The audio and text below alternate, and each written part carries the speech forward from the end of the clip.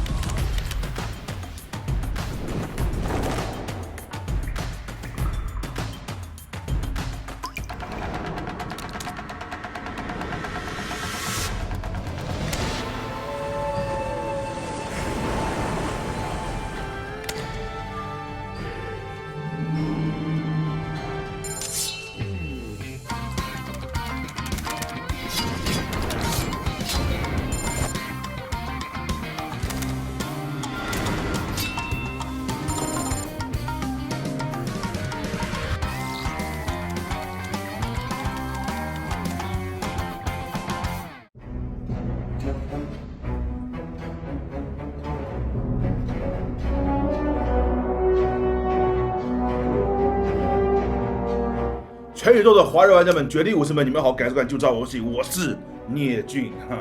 今天是个重大的历史性时刻啊，值得永久纪念。今天我们竟然破天荒的要聊 EA 的游戏了啊！了解我们都知道，我们至今都没有聊过 EA 的游戏，不是对他有偏见啊，而是有很大的偏见。哈哈，我个人确实不怎么喜欢 EA 啊，所以不想曝光它。曾经以为胜哥会打破这个传统，结果啊，胜哥还真给力的啊，帮我守住了这个传统。就在我们以为可能永远不会聊到 EA 的时候呢 ，EA 旗下的重生工作室竟然发售了叫好又叫座的游戏，就是今天的《陨落的武士团》。我觉得估计 EA 自己也没想到，哈哈。我曾经说过 ，EA 越重视的项目越容易做砸，而在 EA 视野之外的诞生的游戏呢，可能反而会有很好的表现啊。这次似乎又印证了这个说法。不过不管怎么样，多一个好游戏总是好的嘛。所以视频的上半部先鉴赏下这款能看到很多游戏影子的星战游戏，下半部我们聊聊星战这个 IP 在游戏领域的表现。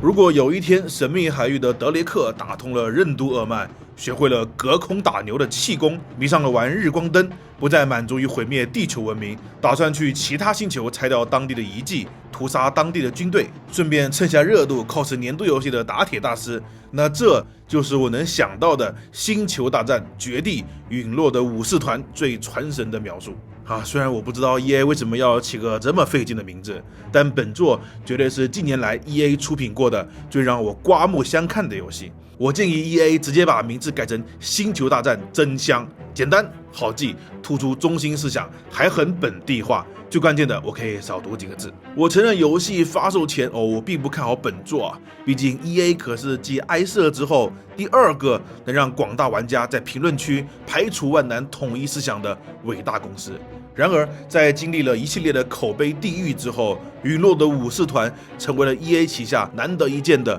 一款没有任何花花肠子，不考虑多人互坑，不强制在线，不开宝箱，不抽卡，不扯什么长期服务，完全主打单人游戏体验的3A 作品。所以光这一点也值得我们先把有色眼镜放在一边。从游戏体验来说，陨落的武士团内容充实，场景、演出、战斗、探索，还有一个能让星战迷们感同身受的主线剧情，要啥有啥。玩家既能享受到大魄力的剧本演出，又有庞大的关卡可以探索，画面又是一线水准，体现出星战背景的绚丽，还能体验到极具特色的光剑战斗、原力互摸，甚至还能听到 Obi-Wan Kenobi 的名字。除了主角那放飞自我的跑步姿势之外，所有这些内容都符合人们对于一款星战大作该有的期待，就是财大气粗，基础扎实。但就像开头调侃的，神秘海域的场景互动，加银河恶魔城的地图设计，加类似只狼的战斗系统，加魂系列的死亡惩罚机制，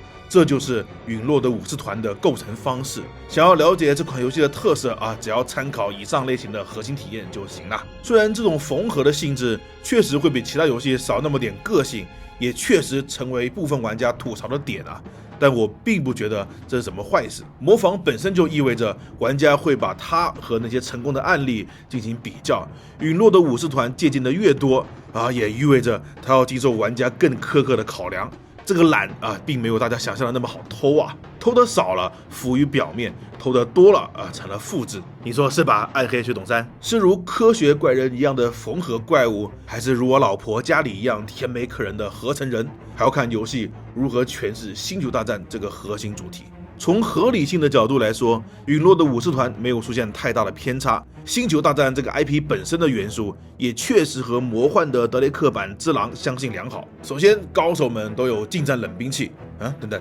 光剑算不算冷兵器？不管了。同时也会有敌人用枪械，原力的存在也让很多本来就很关卡制的设计变得不那么生硬，将敌人举高高，破坏有裂缝的石门，又或者一边二段跳一边将藤蔓吸到手里，然后来个泰坦陨落标志性的蹬墙跳，一气呵成啊！别说重生到底还是重生啊，虽然是第一次设计近战游戏，但他们成功的将射击游戏的爽快移植到了使用光剑的绝地武士身上。星际背景的主题也为游戏的探索提供了可能啊！乘着星际飞船到各种星球，体会各种不同的文明与风貌，又或者从内部入侵巨大的步行机甲，然后操纵它反击帝国军。这种影迷一直渴望的星战独有的体验，在陨落的武士团里都给到足啊！对星战迷来说，绝对是恰得最饱的一次啊！虽然在存档点休息，风暴兵会全体复活的魂式设定，让人有点无法理解啊，这什么原理呢？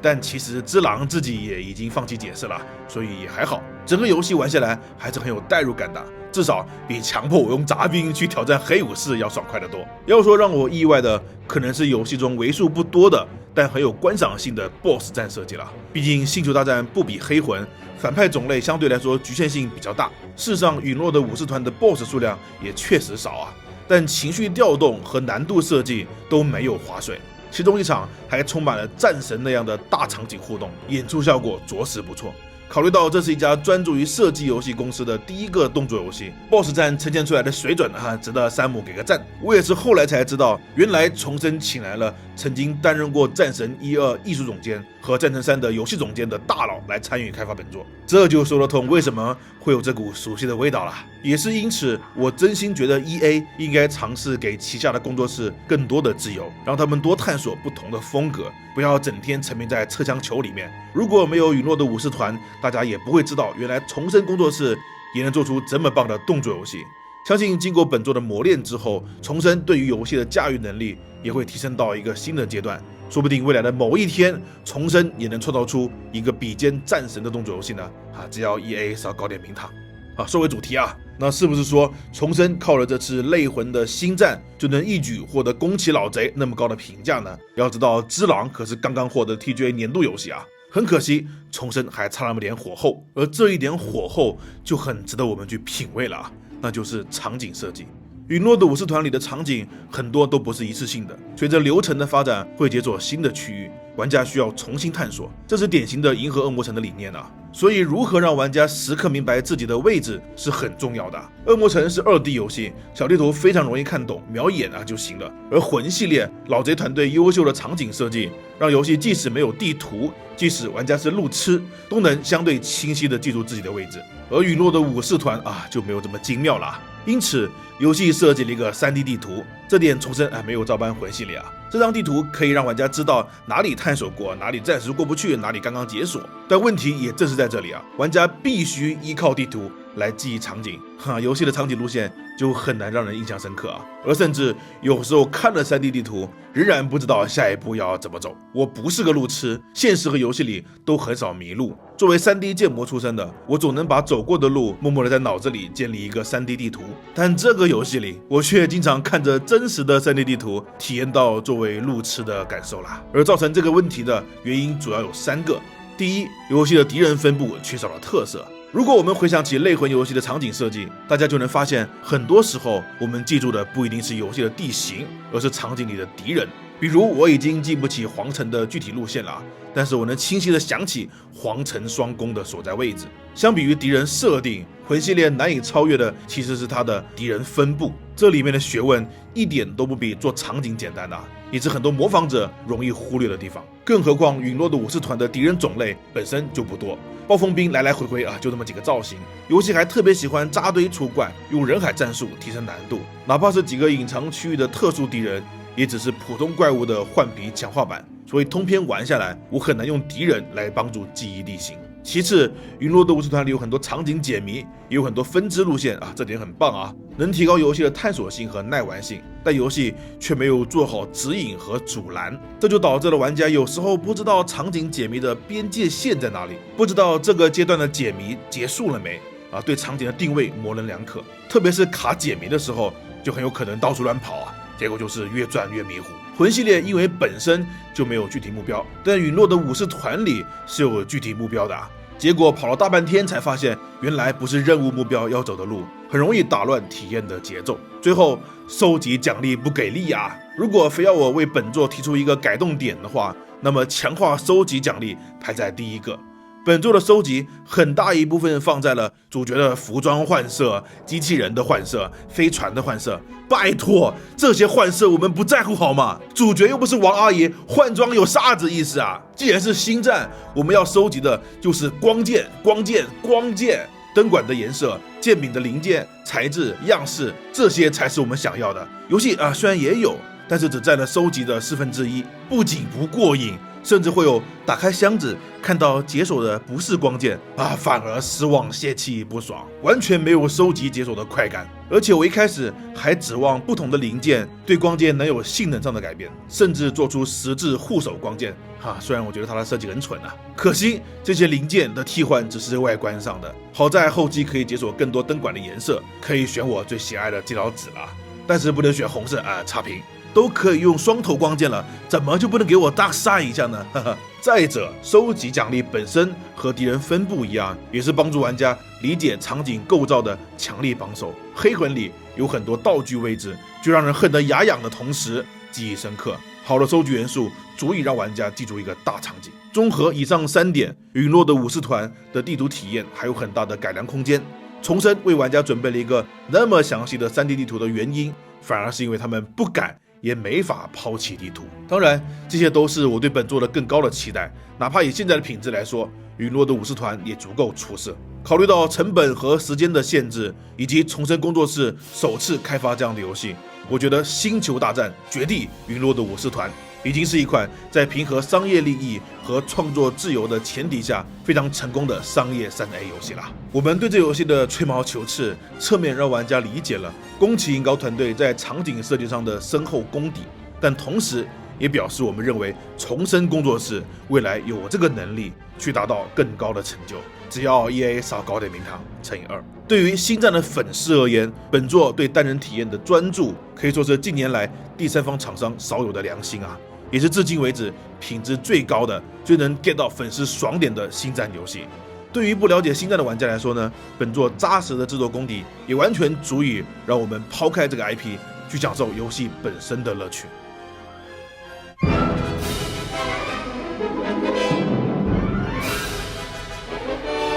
最近《星战正传》的第9部要上映了，如果不出意外，按照前2部的尿性，按照大反派的智商这一部的口碑应该会扑街。但是没办法，扑得再狠也得看前8部都看了，总不能最后一部不看吧？自己跳的坑含着泪也要看完，这就是 IP 的力量。一旦迷上这个 IP， 哪怕其中1-2个作品品质不高，只要不颠覆核心，粉丝都会有很高的宽容度。你可以对此嗤之以鼻，可以认为是情怀，可以吐槽是盲目，但是没办法，人就是这样，谁都有自己的天命 IP。因此 IP 的衍生作品、电影改游戏、游戏改电影都是盈利的最大保障。因此多年来星球大战改编的游戏层出不穷，但是其中真正好的作品一个手都数得过来。哪怕是2部战地换皮的前线，我认为体验也很一般。风暴兵的造型设定虽然很帅，但是我们并不想在游戏里扮演风暴兵想耍下光剑还要跟别的玩家抢。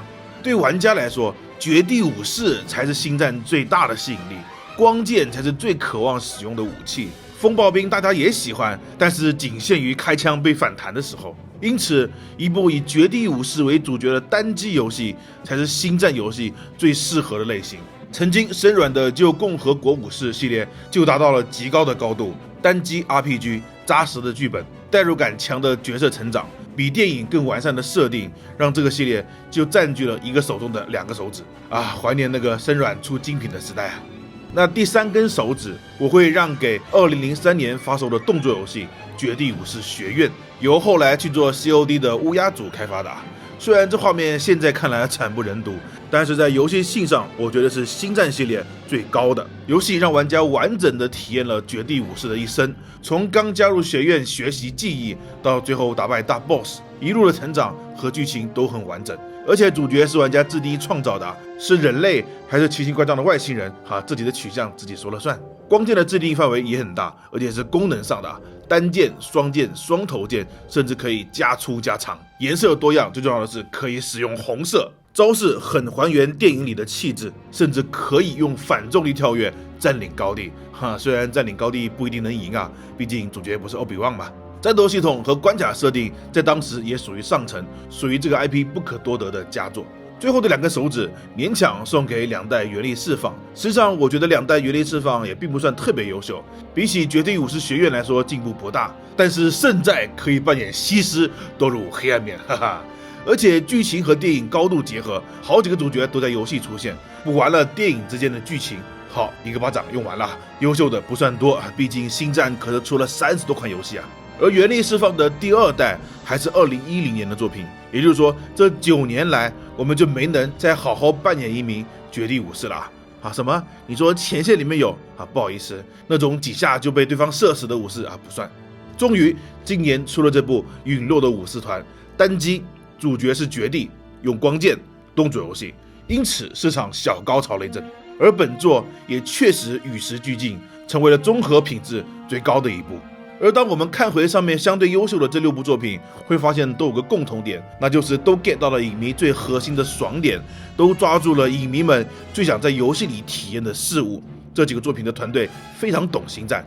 非常懂影迷。先说星战这个 IP 这个 IP 有一定年龄了，要不是这几年新的3部曲出来了，可能很多年轻一点的都没有听过这个 IP。而这新3部曲又拍得很尴尬导致星战这2个字现在在国内不那么响亮，比漫威也要差远了。但是曾经星战最光辉的时候，是现在任何一个 IP 都无法比拟的，那真是万人空巷啊！先不说它在票房和影评史上留下的奇迹，就它所留下的文化影响，至今都随处可见。它影响了日本漫画，高达的激光剑就是照抄星战。它大大扩大了击剑和剑道运动的练习人群，我练习剑道也很大原因是因为星战。法国甚至已经认可了光剑对战为官方体育项目，它开启了电影特效时代，建立起了电影特效工业，它启迪了无数后续的导演。指环王3部曲就是奇幻版星战，哈利波特是童年版星战，漫威的电影更是星战的另一种演绎。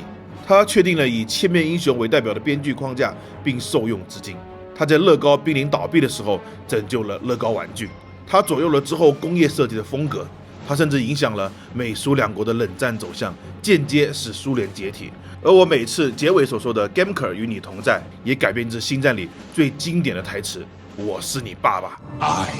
am your father。不，说错了，应该是你是秋生湾。You are the chosen one。好吧，又说错了是愿原力与你同在。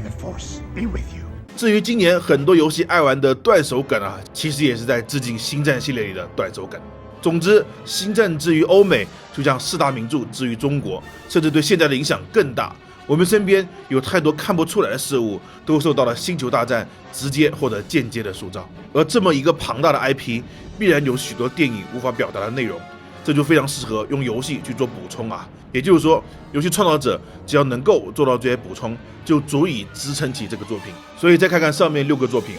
2代旧共和国武士补完了电影往前4000年的背景，从剧情上带玩家体验了绝地武士的历史，解释了绝地和西施之间的恩怨，也回顾了第1部欧比万说光剑是古代优雅的武器这个说法。而绝地武士学院则从动作游戏上让玩家过了一把绝地武士人生的瘾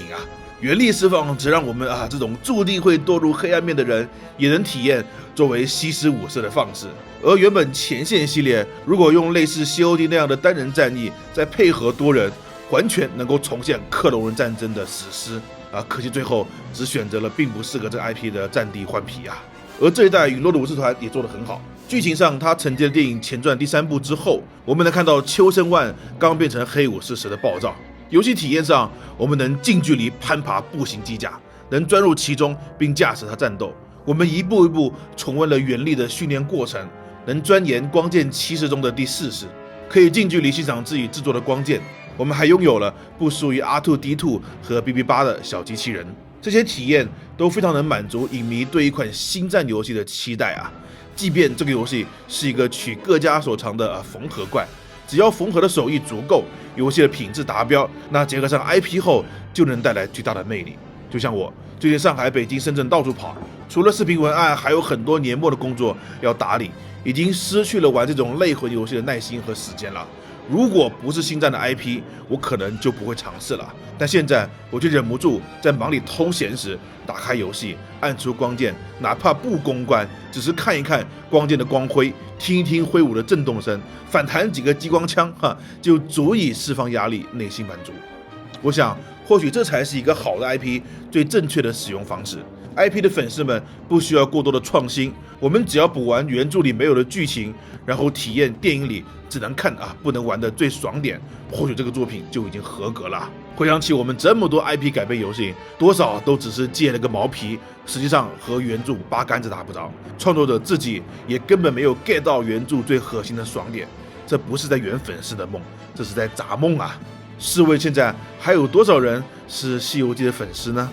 陨落的武士团不算一个必玩的顶级神作，它有不少生硬缝合的痕迹，但它却给业界一个很好的示范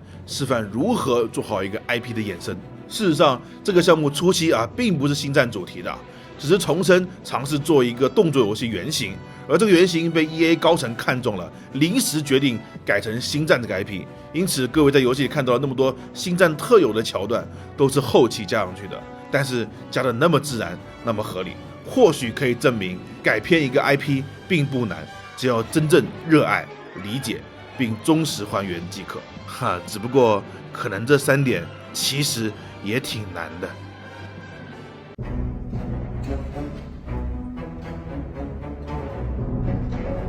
好，说说这个游戏适合的购买人群其实有那么点尴尬。首先，它是一款星战游戏，而且品质颇高，所以对星战迷来说呢，应该是必玩的。但是呢，它就偏偏是魂类游戏，这个类型它对玩家也有一定的要求，所以如果是轻度玩家的影迷，可能会受不了这个系统和难度如果是这样的话，买 PC 版开修改器可能是不错的办法。所以它的定位人群比较窄首先是星战的爱好者，然后还得是对游戏有一定的熟练度。满足了这2点，玩家就可以在游戏里体会到非常正统也非常能踩中爽点的星战体验了。而非星战迷们呢，可能会少了一大半乐趣，所以这波人就会对游戏的品质、对缝合的痕迹非常苛刻所以即便它已经非常优秀了，我依然优先推荐给星战的粉丝们。好，今天就先聊到这里跟朋友同在，我是聂俊 ，May the Force be with you。